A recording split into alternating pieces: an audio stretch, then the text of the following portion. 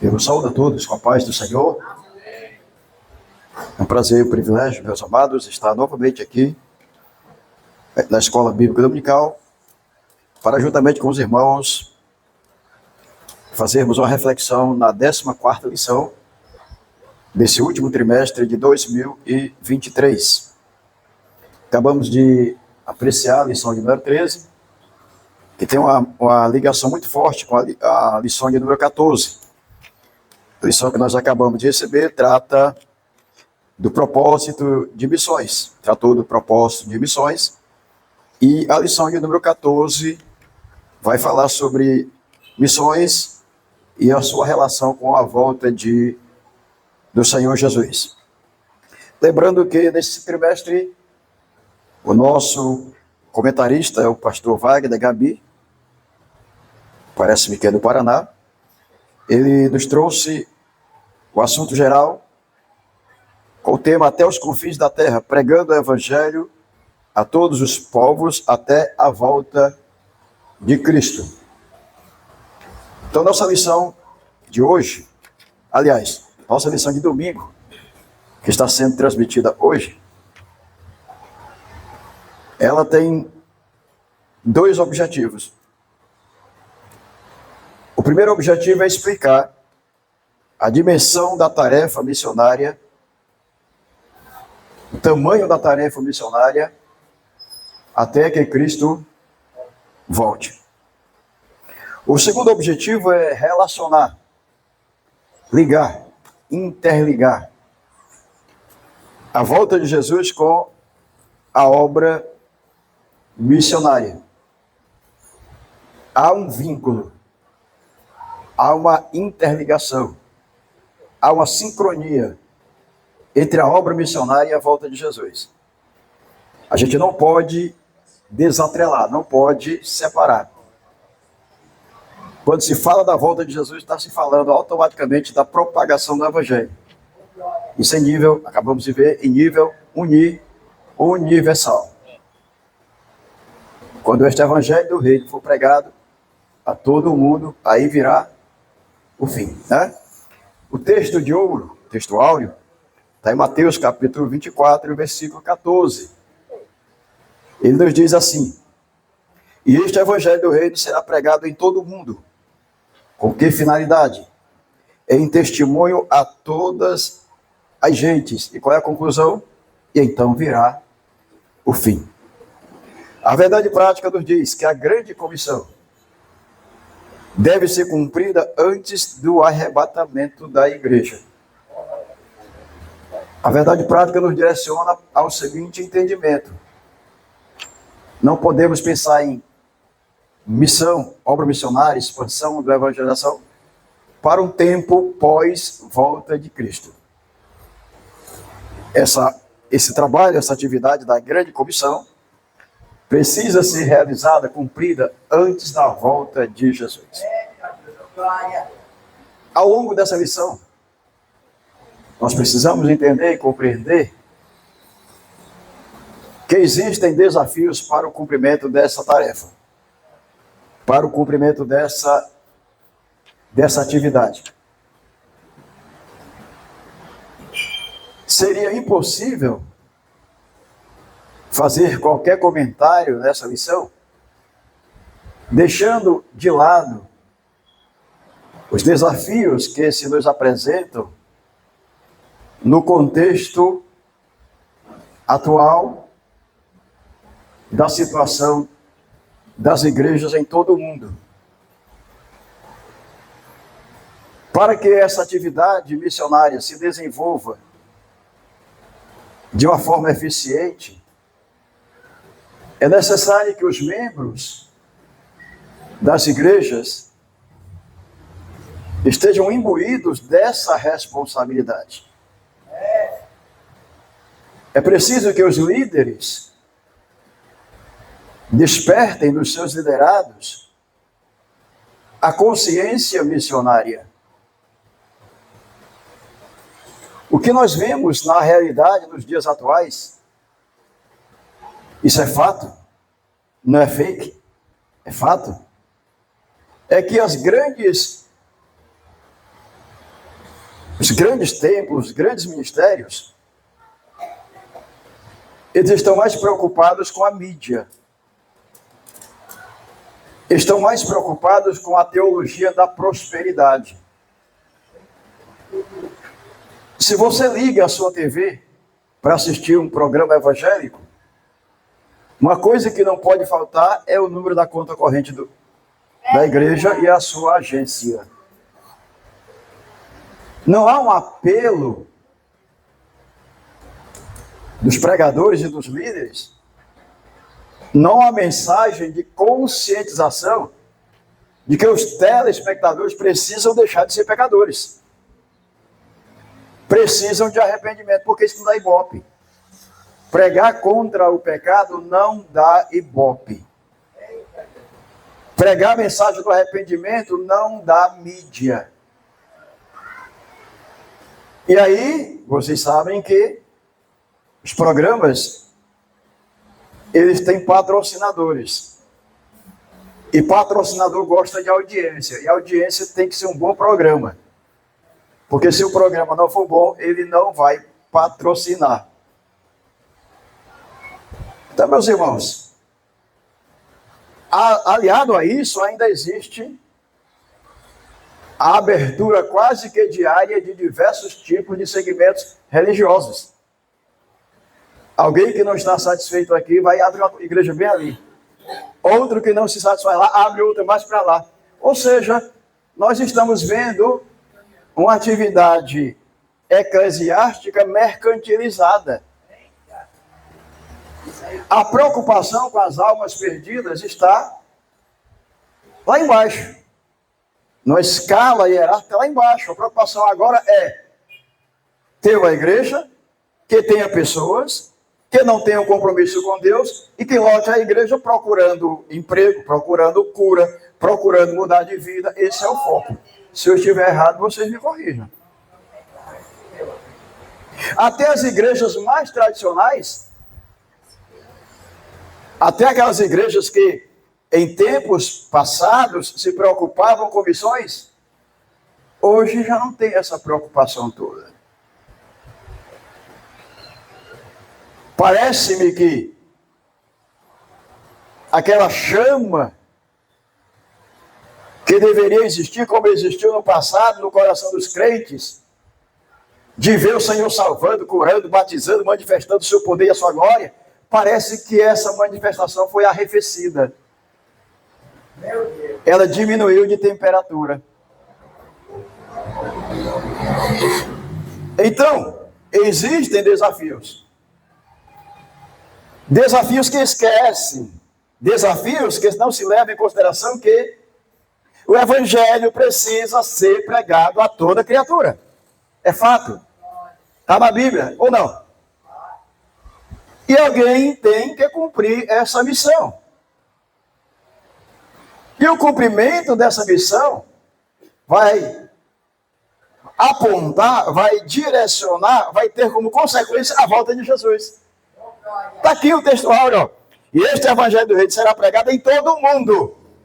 Quando ele for pregado em todo o mundo, em testemunho a todos a gente, testemunho de quê? Do que Jesus fez pelos pecadores, dos quais nós fomos alcançados. Quando todos tiverem conhecimento dessa notícia, de que Jesus morreu para salvar os pecadores, do qual Paulo disse que era o maior, né? Então, virá o fim. Esse fim aqui a gente só pode entender como sendo o fim da dispensação da graça. Então, a verdade prática ela é muito, digamos, diretiva. A comissão deve ser cumprida antes do arrebatamento da igreja. O que dizer daqueles irmãos que, primeiro, se preocupam com as suas atividades seculares? Não, eu estou trabalhando, eu não tenho condições de exercer o papel nessa comissão de evangelização. Se todos pensassem assim, quem seria então os comissionados? Quem seriam os enviados? Mas não dá para pensar assim não, sabe por quê? Porque dentro da igreja do Senhor sempre haverá um remanescente. Deus sempre haverá de levantar alguém preocupado com a evangelização. Se não for de Maracanaú, vai ser de Fortaleza. Se não for de Fortaleza, vai ser de Sobral. Se não for de Sobral, vai ser lá de Irauçuba. Mas o Senhor vai despertar no seu povo a consciência e a urgência missionária. Aliás, existe um subsídio na revista dos professores que eu gostei. A obra missionária, ela não é urgente, não é urgência, é uma emergência. A urgência você pode esperar na recepção do hospital para ser atendido. A emergência passa direto. É ou não é? Então a missionária ela não é uma urgência, é uma emergência. Ou seja, é algo que já deveria ter sido começado, iniciado há certo tempo para trás. Então, é essa a perspectiva da lição, viu, gente? Então, vamos lá. A introdução vai dizer o seguinte, vamos passar pouco tempo na introdução, né? Encerramos esse trimestre relacionando o trabalho missionário com a bendita esperança da igreja. Qual é a bendita esperança da igreja? Tem um hino que diz, nossa esperança é sua vinda. O Rei do Rei vem nos buscar. É a volta de Jesus. Bom, me parece que há aí uma pequena contradição. Essa esperança, a maior esperança da igreja, é a volta de Jesus. E a volta de Jesus está ligado à obra missionária. E se eu não estou preocupado com a obra missionária, eu pergunto para vocês, vão ser inteligentes. Quem não está preocupado com a obra missionária, está preocupado com a volta de Jesus? Se o assunto é interrelacionado, então por que não começar agora a pensar na obra missionária? Porque pensando na obra missionária, executando a obra missionária pelos 3 modelos que a gente viu na aula anterior, né? Orando, contribuindo ou indo, a gente está dentro dessa sincronia da volta de Jesus. Eu não sei quando Jesus vai voltar. A Bíblia não me dá essa referência. Mas eu sei que ele vai voltar. E se eu não estou satisfeito com o que está acontecendo no mundo, nem com os crentes, nem com os ímpios, eu vou ter que fazer a minha parte. Eu vou me preocupar em anunciar o evangelho do reino de Deus, que é aquilo que nos compete. Isso não é nem uma faculdade, não. Isso não é uma alternativa cristã, não, gente. A evangelização é uma imposição bíblica. É uma imposição cristocêntrica. É um dever de cada um daqueles que já experimentou a salvação propagar a mensagem salvífica. Quando eu puder, eu vou. Quando eu ficar mais velho, eu vou. Quando eu me aposentar, eu vou. Não tem quando, não. É para hoje. É agora. Aonde? Aonde você estiver. Porque é difícil você dizer assim, rapaz, por onde eu ando não tem nenhum ímpio. Tem. Tem no ônibus, tem no trem, tem no trabalho, tem na escola, tem na coordenação do curso, tem em todos os lugares, tem pessoas que podem ouvir algo da parte de Deus. E Deus sempre cria circunstâncias para falarmos do seu amor bendito e glorioso para essas pessoas. Pode prestar atenção. Quem disser que não tem tempo, talvez não esteja sendo sincero com Cristo, né? Essa bendita esperança é o motor espiritual que motiva e anima toda a nossa prática missionária. A compreensão a respeito da iminência da vinda de Jesus sempre trouxe um senso de urgência, que eu troquei por emergência, porque eu gostei, para a igreja do Novo Testamento e, consequentemente, para as igrejas de tradição pentecostal. O Senhor Jesus pode voltar a qualquer momento, portanto, preguemos urgentemente o evangelho. Eu vou dizer uma coisa que eu sinto que é verdade. Toda a igreja avivada, os crentes dessa igreja são evangelistas. É incompatível com a igreja avivada a desmotivação para a evangelização. Se a igreja é avivada, ela também está imbuída, ela está incumbida de fazer a obra missionária, porque é algo inerente à atividade, tá certo? Avivada da igreja. Eu quero ver Jesus salvar, eu quero ver Jesus curar, eu quero ver Jesus batizar, eu quero ver manifestação do poder de Deus. Isso é para quem está no plano do avivamento espiritual. Ponto Ponto 1, alcançando o mundo até que Cristo volte. E este evangelho do reino será pregado, Mateus 24 e 14. Esse texto afirma que o fim virá somente depois que o evangelho do reino tiver sido pregado em todo o mundo. O que é evangelho do reino? Tem aqui o conceito. É a mensagem do Novo Testamento a respeito, primeiro, do perdão dos nossos pecados. Segundo, de uma nova vida em Jesus como realidades disponíveis na morte e ressurreição de nosso Senhor. Como podemos ver no comentário da Bíblia de Estudo Pentecostal, somente Deus sabe o tempo em que a tarefa da evangelização será finalizada. A obra missionária vai chegar ao fim. Vai ou não vai? Tudo que começa tem fim. Ela começou logo após a promulgação do Novo Testamento. E a promulgação do Novo Testamento não se dá com o nascimento de Jesus. A promulgação do Novo Testamento se dá com o cumprimento do tempo dos gentios. O tempo dos gentios, que se dá exatamente pela morte de Cristo. Porque eu venho de uma seção de alianças na Bíblia. Aliança com Abraão, alianças. Jesus nasce e parece-me que a história abre um parêntese. Jesus vem e cumpre o seu ministério. E aí ele morre. E se nós estamos falando em testamento, só tem sentido falar em testamento se o testador morrer. Então, a partir da morte de Cristo, surge então, abre-se então, aparece então a nova aliança. É a abertura da porta da graça, que não é exclusivista, como pensavam os judeus. Os judeus pensavam que tudo que Deus tinha preparado era só para eles. As alianças, o futuro, né, as expectativas de uma nova terra, um novo céu e etc, etc. Mas Jesus veio exatamente cumprir, como acabou de se falar, cumpriu toda a lei, o único que cumpriu toda a lei, viveu como homem, pela sua própria carne, pelo seu próprio sangue.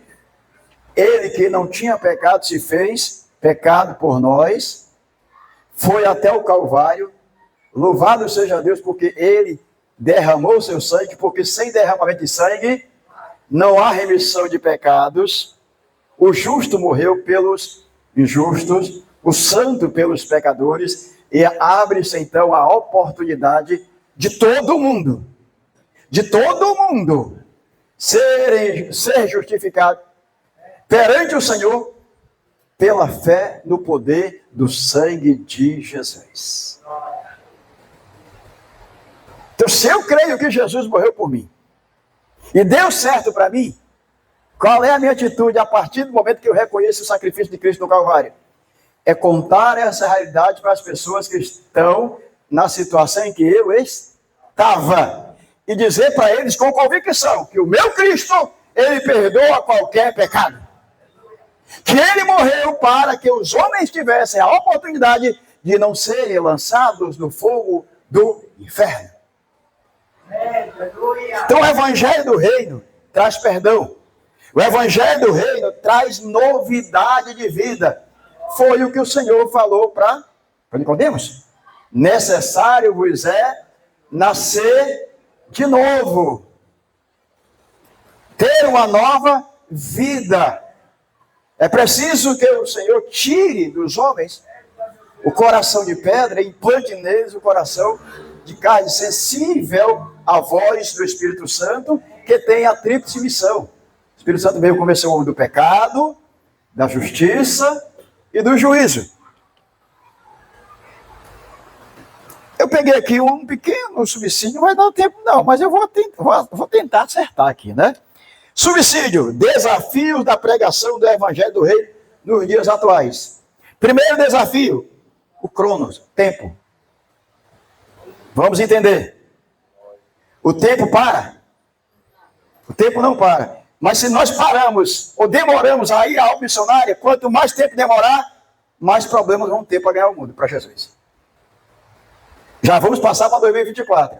Se ninguém fez nada em 2023, 2024 vai ser o segundo ano que a gente não fez nada. Se não fez em 2022, aí está acumulando 22, 23, 24. Aí o desafio, a gente tem que correr atrás do prejuízo. Ganhar ou fazer o que não fizemos em 2022, 2023 e ter o compromisso sério de em 2024 atualizar a agenda de Cristo. Ou seja, que é proclamar o evangelho a toda criatura, a tempo e fora de tempo. Já pensou que nós estamos atrasados? Você já pensou que nós estamos atrasados no tempo? O tempo é o grande desafio. A gente pode parar. Eu vou amanhã. Se você for amanhã, já perdeu o dia de hoje. Então o relógio não para. Esse é o primeiro desafio. Segundo desafio é o crescimento demográfico. Todo dia nasce pessoas. Todo dia criança vira adolescente, adolescente vira jovem, jovem vira adulto, adulto vira velho, velho morre. E esse pessoal está passando e não está ouvindo o evangelho. O que é que a igreja está fazendo? É ou não é um desafio? É ou não é um grande desafio, gente? O tempo já foi, né? Já falei. E o crescimento demográfico.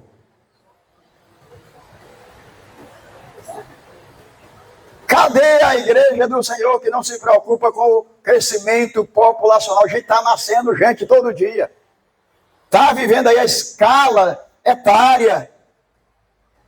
Cadê missões no campo infantil? Cadê missões no campo da juventude? Cadê missões no campo adulto? Cadê missões na terceira idade?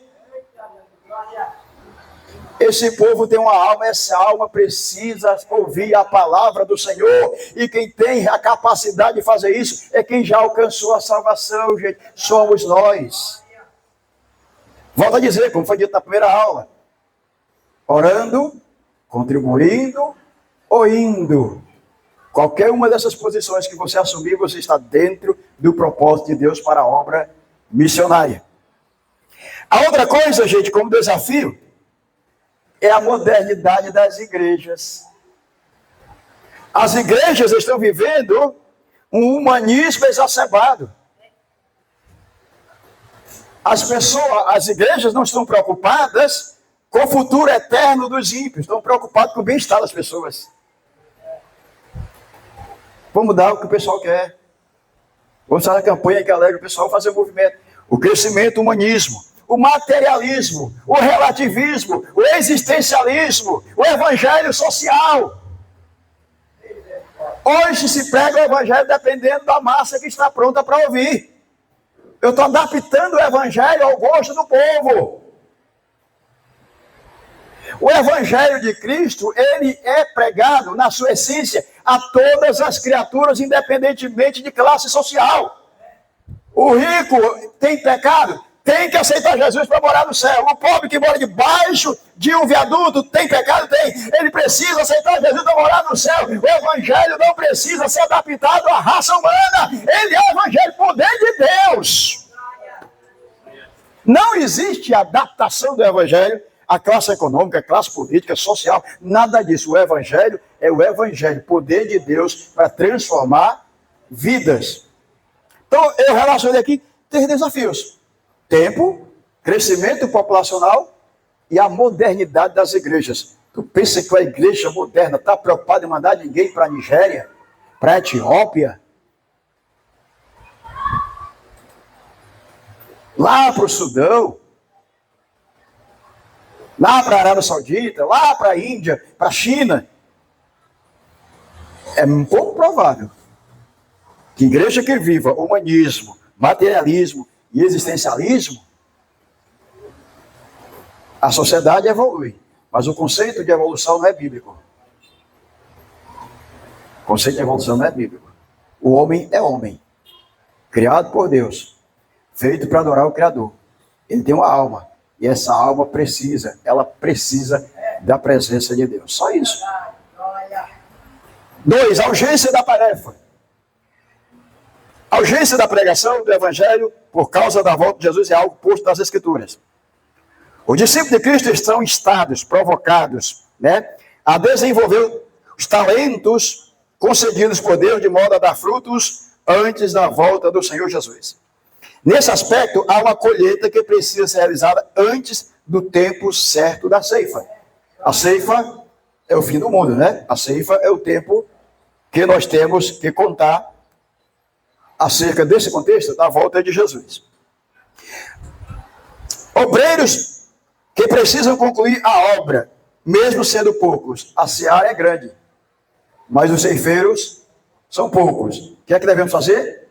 Orar ao Senhor da seara para que Ele envie mais obreiros. A noiva tem de se ataviar e estar pronta para as bodas com o noivo. A coisa é séria ou não, irmãos? Subsídiozinho aqui do subtópico 2. A volta de Jesus é uma realidade, sim ou não? Tá bom, todo mundo concorda. A volta de Jesus, ela vai romper com o secularismo. Aquelas igrejas que vivem o materialismo, existencialismo, humanismo, secularismo, elas vão saber que aquilo que a palavra de Deus dizia, e diz ainda, sobre a volta de Jesus, vai acontecer. Muitas igrejas que existem, muitos membros que têm fama, que têm nome, programas televisivos, vão ser decepcionadas porque Jesus vai voltar.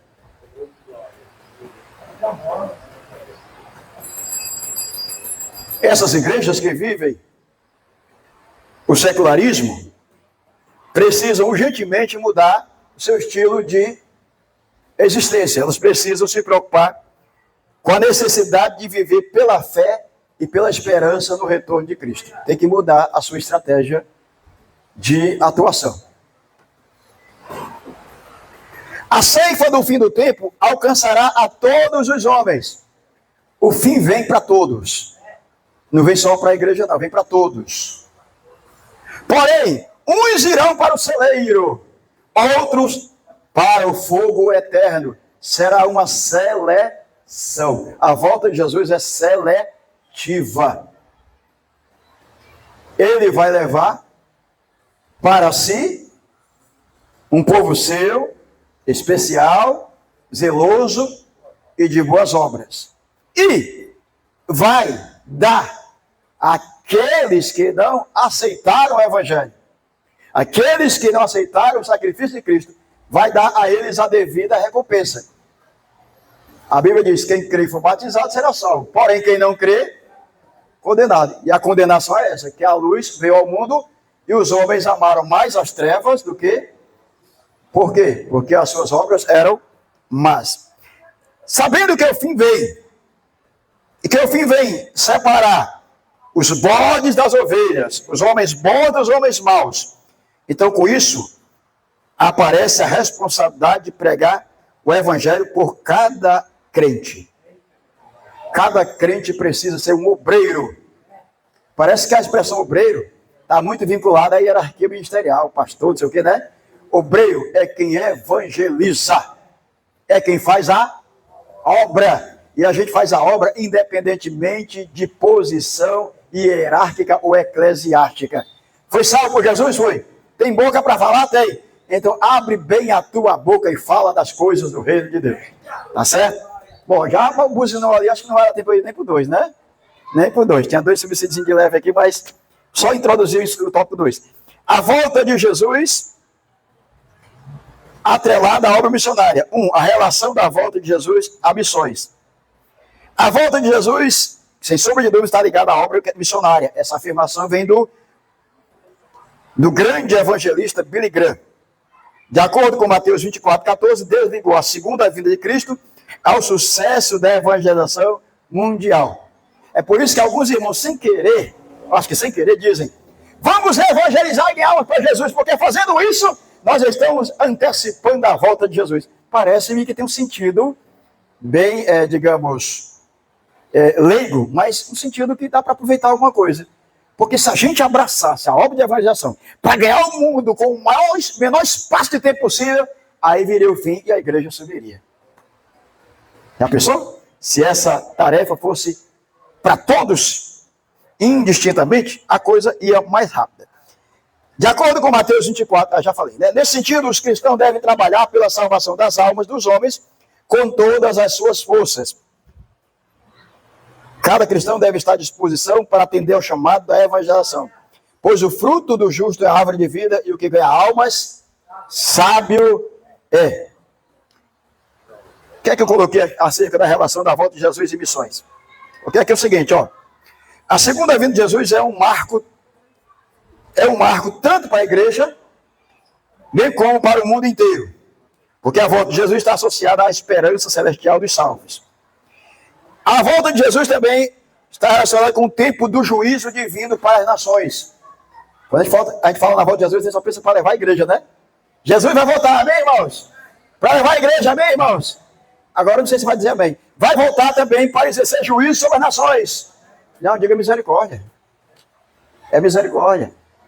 Juízo, gente, é aplicação de pena.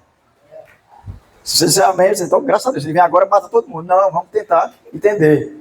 A volta de Jesus é juízo para as nações, mas ele não voltou, ainda dá para ganhar as nações para Jesus, para eles escaparem do juízo divino. Louvado seja Deus. Condenação para os ímpios individualmente é, acima de tudo, um tempo repentino. Ele vem no abrir e fechar de olhos. É necessário para a manifestação dos salvos e dos perdidos. É revelação da igreja para o mundo. Quem são os salvos do Senhor? Nós não somos universalistas, né? Foi dito agora? Uma vez salvo, sempre salvo, não vale para nós. O Senhor veio buscar e salvar os que se achavam perdidos. Sabe qual é o grande problema da humanidade? É que ninguém quer se sentir perdido. E se não reconhecer que é pecador, não tem salvação. Não tem salvação, não vai para o céu. Não indo para o céu, parece ser algo muito lógico. É porque o homem espiritual, ele entende das coisas espirituais e das carnais e das naturais. O homem carnal só entende das coisas materiais, né? Finalizando aqui, o chamado para a igreja. As palavras do apóstolo João podem ser aplicadas igual à igreja atual. O tempo está próximo. O Senhor Jesus continua a chamar a sua igreja. É um alerta final que precisa ser proclamado até a volta do Senhor. O Senhor precisa, nos últimos dias, levantar uma nova geração de voluntários que vão responder ao chamado universal para a evangelização. Ei! Quando aceitamos a Jesus, não tinha celular, não tinha internet, a mídia não era o que é, programa evangélico na televisão nem pensar, no rádio era uma coisa muito rara, e nós aceitamos a Jesus como nosso Senhor e Salvador. Aí o Senhor colocou à nossa disposição a internet, a mídia social, o Instagram, o Facebook e tanta coisa. E nós não estamos aproveitando, e o diabo está entrando com a sua facção. Nós estamos perdendo para o exército do diabo na evangelização midiática. Essa é a mensagem final da última lição. Está aqui, ó. Aproveitemos, portanto, os meios tecnológicos modernos que possibilitam a igreja de Cristo anunciar o evangelho a toda a raça humana. Vamos fazer o seguinte a partir de hoje. Ao invés de um like, coloca um versículo. Ao invés da curtição, coloca uma reflexão bíblica. Vamos bombardear as mídias sociais com a palavra de Deus. Você sabe escrever? Se não sabe escrever, coloca um áudio. Hoje, nesse dia, é o dia que o Senhor nos deu, é o dia de salvação e libertação. Você que está aí, vai ouvir esse áudio, te prepara porque Cristo está voltando. Meus irmãos, vamos aproveitar o que Deus está nos dando. Você não tinha nada em tempos atrás. O Senhor te deu condição de ter um celular de última geração. Utiliza bem o que Deus está te dando. Evangeliza, comunica a palavra através daquilo que Deus colocou diante de ti. Não vai querer curtir fofoca não, porque a gente curte mais fofoca do que prega o evangelho. Nós temos a responsabilidade. Evangelizar.